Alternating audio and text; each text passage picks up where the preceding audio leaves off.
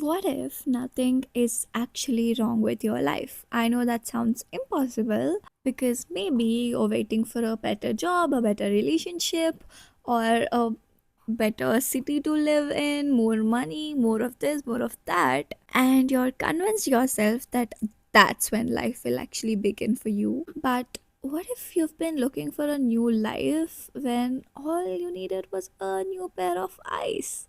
I mean, not literally, or maybe literally. Let me ask you something. So, have you ever looked back at an old picture of yours and thought, oh my god, I did look so happy. I was so happy. And why did I not appreciate it back then? Or maybe you remember a phase of your life or a situation in your life that you at that point felt like it was extremely stressful, but now that you look back, it seems like it was actually beautiful. What changed then?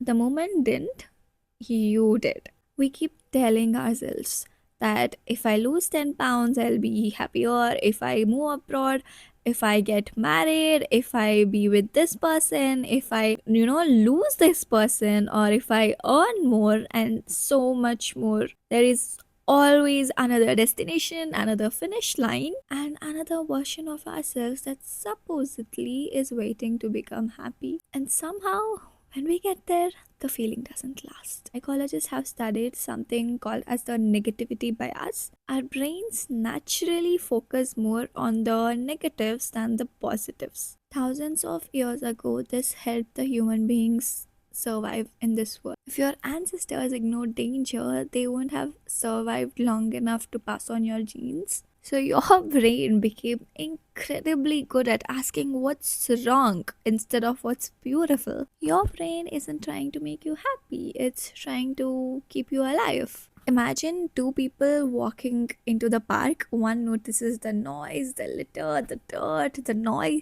the children playing very loud.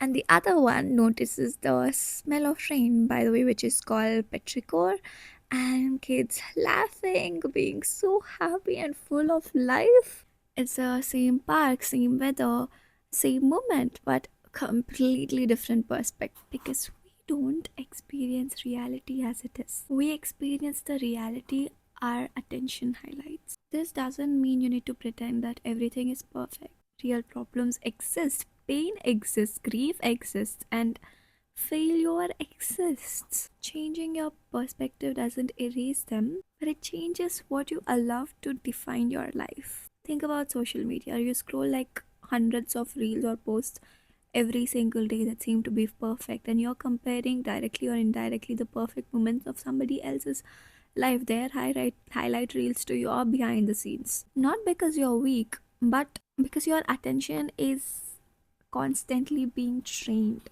Every post you consume, every conversation you have, every thought you revisit is teaching your brain what matters. Here's something that changed the way I think. Most people believe seeing is believing, but neuroscience believes something very fascinating, that believing is seeing. Your expectations change what you notice. Your brain starts collecting evidence that proves it as well. And every mistake becomes confirmation if that's what you believe in. If you believe nothing ever good happens, your brain filters out stories that don't match with it. The lens comes first and then the picture. So maybe you don't need a completely different life. Maybe you just need to ask the right question. Instead of why is my life not enough, ask what am I not noticing? The friend that checks on you, the body that carries you every day, the quiet evenings that you'll one day miss. The younger life who would have dreamt for the life you are living right now. Sometimes the miracle isn't that the life changes, it's that your eyes do. Perspectives don't change your problems, but it changes the weight on them. And sometimes that's enough to take the next step. Not because the circumstances change, but because you did. You don't need to wake up tomorrow expecting for an entirely different life. Just wake up with a different view of what you currently have and see how much of a change it will actually make. Because the truth is, your life isn't shaped by what happens to you, it's shaped by what you choose to notice. And maybe the life you've been searching for is just waiting right behind you, waiting for you to look at it from a different perspective. So, let me ask you one question. What's one thing that's so beautiful about your life that you stop noticing? I'd love to know your answers.